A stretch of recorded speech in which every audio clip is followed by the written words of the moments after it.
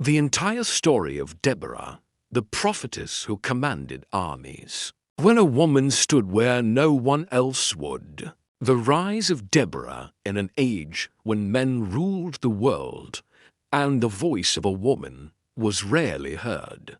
Beyond the walls of her home, one woman rose to speak for God, and no one dared silence her. Her name was Deborah. Her story is not one of privilege or preparation. She didn't come from a royal bloodline. She wasn't trained in the arts of war. She didn't wield a sword, wear armor, or ride in chariots. And yet, when Israel was drowning in fear, it was Deborah, a woman who judged, who prophesied, and who called a nation to rise. But to understand her courage, you must first understand the world she was born into. Centuries before kings ruled Israel, the land was divided into tribes, loosely allied but often fractured by old wounds and selfish ambitions. And as often as they came together, they fell apart, especially when they forgot the God who had delivered them from Egypt. The book of Judges tells this story with brutal honesty. It was a time of cycles, obedience, rebellion, oppression, repentance, and rescue, over and over again. A people blessed, then complacent. A people protected, then arrogant. And when they turned away from God, their protection turned to ruin. This was the pattern, and during one of its darkest repetitions, Deborah appeared. After the death of the judge Ehud, who had brought peace to the land for 80 years, Israel once again drifted into spiritual apathy. The people did what was evil in the eyes of the Lord. And when they abandoned their God, He allowed oppression to return, not as punishment, but as a wake-up call. From the north came a storm. King Jabin of Hazor, a Canaanite warlord, saw his moment. With a mighty army and terrifying new technology, iron chariots, he sought to crush the fragile tribes of Israel and claim their fertile lands. His general, Sisera, was a name whispered in terror. He commanded 900 iron chariots.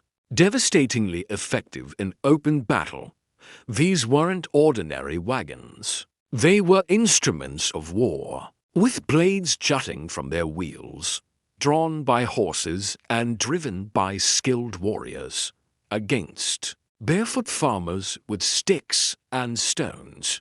They were invincible, and Sisera used them well. For 20 long years, he ruled through fear. He didn't just fight battles, he broke wills. He taxed villages into poverty. He raided towns, stole crops, and enslaved the young. Travel became dangerous. Trade routes were abandoned. Farmers hid instead of planting. Entire villages were emptied as people fled to the hills and caves. The land was dying, not only physically, but spiritually. The Bible says, village life in Israel ceased. Men who once led now hid. Warriors once brave now trembled. Priests could offer rituals, but not courage. The silence of leadership was deafening. The oppression became normal. The people adapted to slavery.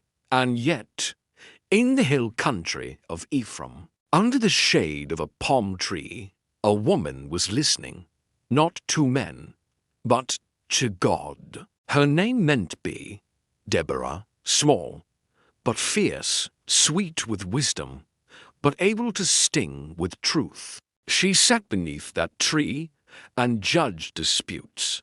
Farmers came to her with land disagreements. Families came with broken trust, merchants with quarrels, and they all left with answers. She had no court, no throne, only open air and an open heaven.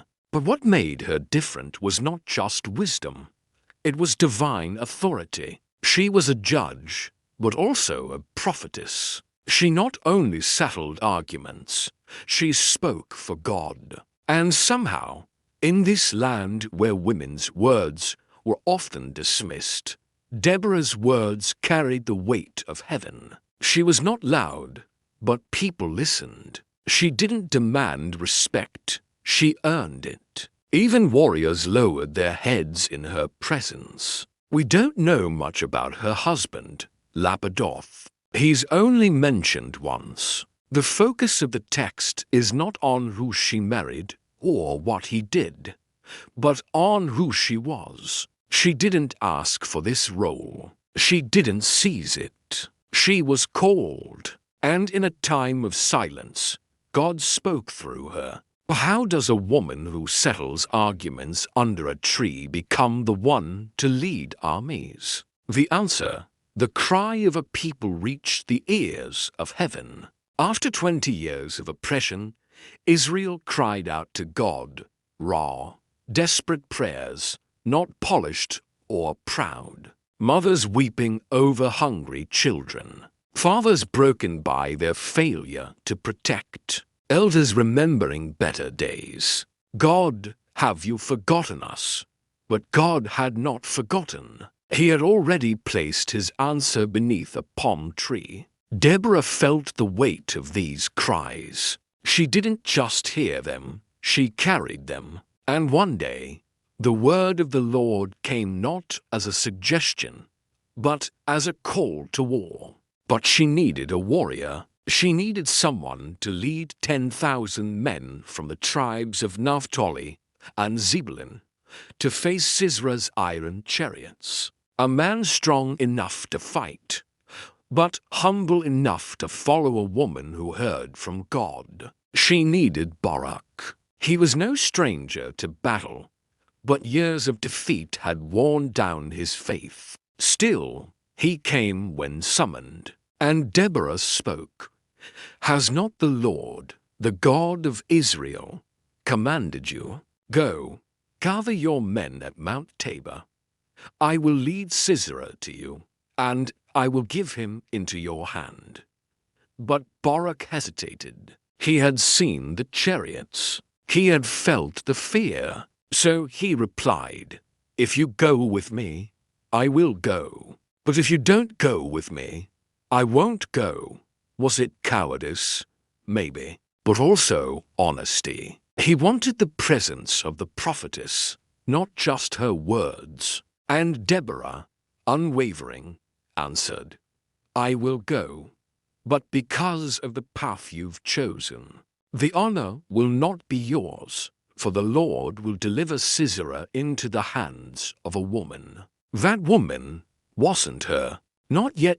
From that moment, preparations began. Messages were sent. Tribes rallied. Mount Tabor, rising from the Yisrael Valley, became the staging ground for a battle no one believed they could win. Farmers sharpened plows into weapons. Shepherds became soldiers. Hope was reborn in people long paralyzed by fear. And in the middle of them stood Deborah, the prophetess who dared to believe God's promise over the odds of war. But the iron chariots still rolled in the distance, and the storm of battle was coming. The Battle of Kishan, when God fought with rain, mud, and the heart of a woman. The army was assembled. 10,000 men stood on Mount Tabor, looking out over the valley below. Their hearts pounded not from exertion,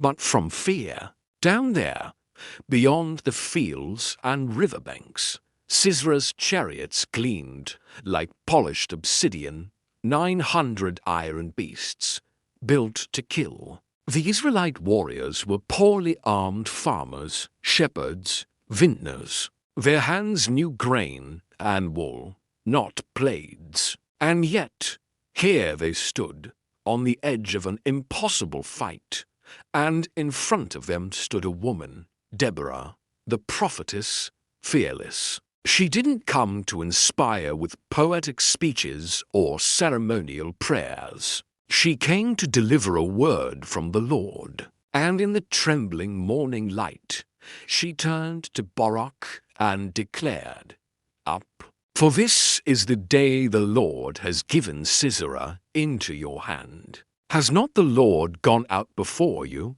That was the spark. Barak raised his arm. Trumpets blew, and like a tidal wave of courage, the men charged down the slopes of Tabor into the valley where death awaited. But something else was waiting too. God thought as the Israelites ran forward, something began to change. The sky. Clouds gathered, thick and fast. Thunder rolled like the voice of judgment. And then the rain fell. But not a gentle spring rain. This was torrential, a divine deluge that turned the hard-packed valley floor into a swamp of mud and chaos. The iron chariots that once roared like lions now screeched like dying animals. Their wheels locked, their horses panicked. Warriors shouted in confusion. The very thing that gave Sisera his strength, his mighty chariots, now betrayed him. The Kishon River, once a stream, now swelled with violent force, bursting its banks, sweeping men and beasts into watery graves. God was not just observing the battle, he was fighting in it. The book of Judges says it clearly. The stars in their courses fought against Sisera. Heaven and earth aligned to fulfill the word of Deborah. Barak and his 10,000 surged through the chaos like fire through straw. The Canaanites, drenched and stunned, fled. But Sisera, the feared commander, did not die with his men. He fled on foot, abandoning his war horse and uniform, running not like a warrior, but like a hunted man. Mud on his face, blood in his mind, shame at his back. He fled for miles until he came to a quiet tent in the distance. This tent belonged to Yael, the wife of Heber the Kenite. Their clan lived in peace with Jabin, king of Canaan. Her tent was neutral ground, her hands skilled in hospitality. When Sisera stumbled to her door, panting, soaked, eyes wild, she welcomed him. He asked for water.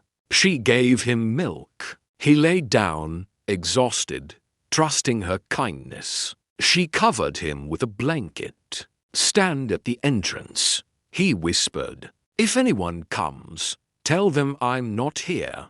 And then he slept. The mighty general, slayer of villages, terror of tribes, fell into the sleep of a fool, trusting the wrong person, in the wrong tent, in the wrong moment. For Yael was no ally of evil. She had seen the oppression, heard the cries of the enslaved, and she knew that God had promised deliverance. And so, as he slept, she picked up a tent peg, not a sword, not a spear, just a simple tool from a woman's hand. She took a hammer in the other, and she ended the war. With steady hands, she drove the peg through his temple, pinning his head to the ground. The thunder outside had stopped, but now it echoed again in her soul. The enemy of Israel was dead, not by sword,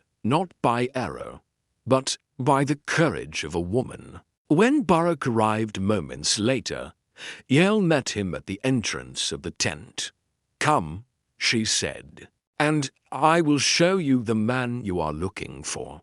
He entered and saw Sisera's lifeless body, and Deborah's prophecy was fulfilled.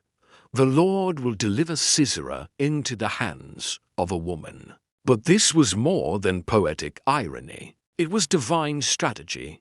God had used a prophetess to call an army. He had used rain to destroy chariots. And he had used a housewife to slay a warlord. The message was clear, not by might, not by power, but by my Spirit, says the Lord. The land was silent. No more cries from mothers. No more plundering soldiers. No more iron wheels slicing through villages. The people of Israel were free, and in response, Deborah sang. She and Barak lifted their voices in one of the oldest songs in the Bible, a ballad of victory, of justice, of remembrance. It wasn't just about the battle, it was about God. How he stirred creation to move, how he calls unlikely people to courageous acts, how he lifts the broken and brings down the proud. When the leaders lead in Israel, and the people offer themselves willingly, bless the Lord. March on, my soul, with strength. The song tells of the tribes who showed up and those who didn't. It praises Yel, calling her most blessed among women. It celebrates not just war, but deliverance, not just the fall of Sisera, but the restoration of peace. And then the final line rings out, and the land had rest for 40 years. Rest after chaos. Peace after fear, fruitfulness after famine, because one woman said yes, because one woman listened when no one else could hear, because one woman believed that God still speaks, even in the darkest times. Legacy of Deborah. What her story means for us today. The story of Deborah ends not with her death, nor with a monument built in her honor. It ends with rest, 40 years of peace, and sometimes that is the greatest legacy a leader can leave behind. But her story doesn't fade with the closing verses of Judges 5. It lives on, echoing through generations, breaking silence in places where courage is still rare, where faith still wavers, and where the voices of the willing are still needed. Because Deborah's legacy is not just about what happened, it's about what is still possible. She was a woman who stood when others sat. She heard God when others heard only fear. She moved forward when everyone else froze, and in doing so, she shattered expectations, not for herself, but for a nation. In a time when strength was measured by swords and counted by sons, God raised up a woman to be the answer to a generation's cry. He used her wisdom to guide, her voice to awaken, her presence to inspire, and her obedience to change history. What does that say about the God we follow? It says he does not play by our rules. He chooses the unexpected. He speaks through the unheard.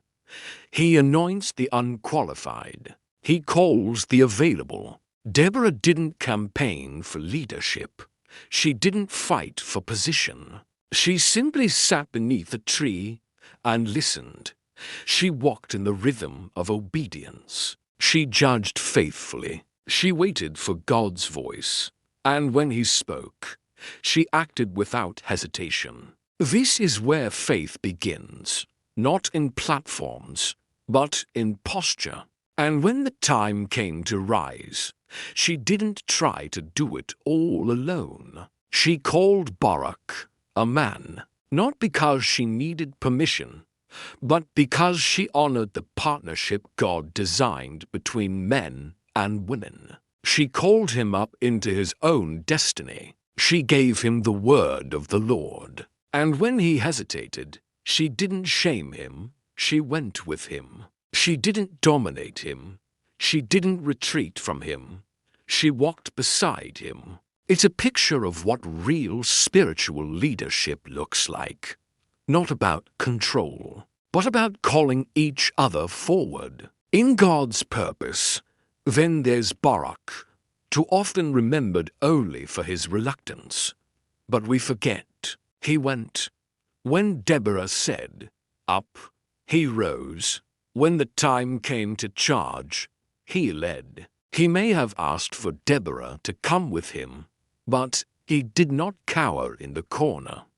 He fought, he obeyed, and in Hebrews 11, the famous Hall of Faith, Barak's name is listed among the faithful, not because he was perfect, but because he said yes. Deborah and Barak together, different but united, remind us that when men and women walk in obedience together, the enemy doesn't stand a chance. And then there's Yael. She wasn't a judge or a prophetess. She wasn't even an Israelite by blood. She was a Kenite woman in a tent, far from the center of the story. She wasn't trained in battle. She had no sword, no prophetic dreams, no angelic visitations, just a tent peg in her hand and a decision to make. When opportunity came, she acted, not because it was easy, but because it was right. Yael reminds us that the Spirit of God doesn't only move in temples or under palm trees. He moves in tents, in kitchens, in back roads and battlefields. He moves through women in quiet corners who are ready when it counts. So what about us? What does Deborah's story say to this generation? It says, you don't need position to be powerful. You don't need approval to be anointed. You don't need fame to make history. You just need to be willing to listen when God speaks, to rise when others are silent, to speak life in a dying land, to believe that God is still the deliverer. Our world is not so different from Deborah's. Fear still silences. Injustice still reigns. Voices still tremble. But so do hearts still hunger. Eyes still look for hope. And God still looks for those who will say, I will go. Maybe you don't feel qualified. Maybe you think your voice is too small. Maybe you've been sitting under your own palm tree, wondering if anyone sees you. But the God who used a prophetess in a time of war, the God who used a mother to fight a battle kings wouldn't fight, the God who used a tent dweller to slay a general, that same God sees you, and he still speaks, still calls, still sends. So today, wherever you are, under a tree, in a tent, in a place no one notices, listen. And when he says, rise, go, because the God of Deborah is still writing stories, and he may be writing his next one through you when the leaders lead, and the people offer themselves willingly. Bless the Lord. Judges 5-2. So now you know the story of a woman who stood in a time when others sat, a prophetess who heard from God. When the world had gone silent, a leader who led, not with armies, but with obedience, and a nation that found peace because one soul said yes. But this isn't just history, it's a mirror, because the same God who raised up Deborah is still raising people today. Not the loudest, not the strongest, but the willing. So let this story stir something in you. Let it remind you that courage doesn't always shout. Sometimes it whispers beneath the branches of a tree. Sometimes it waits quietly in a tent. Sometimes it looks like you, saying, Lord, I'm here. Use me. If this story moved you, share it with someone who needs to remember they're called. Subscribe for more biblical stories told with soul, silence, and fire. And above all, keep listening, because the Spirit still speaks. And your story is still being written. Until next time, stay watchful, stay willing, stay faithful.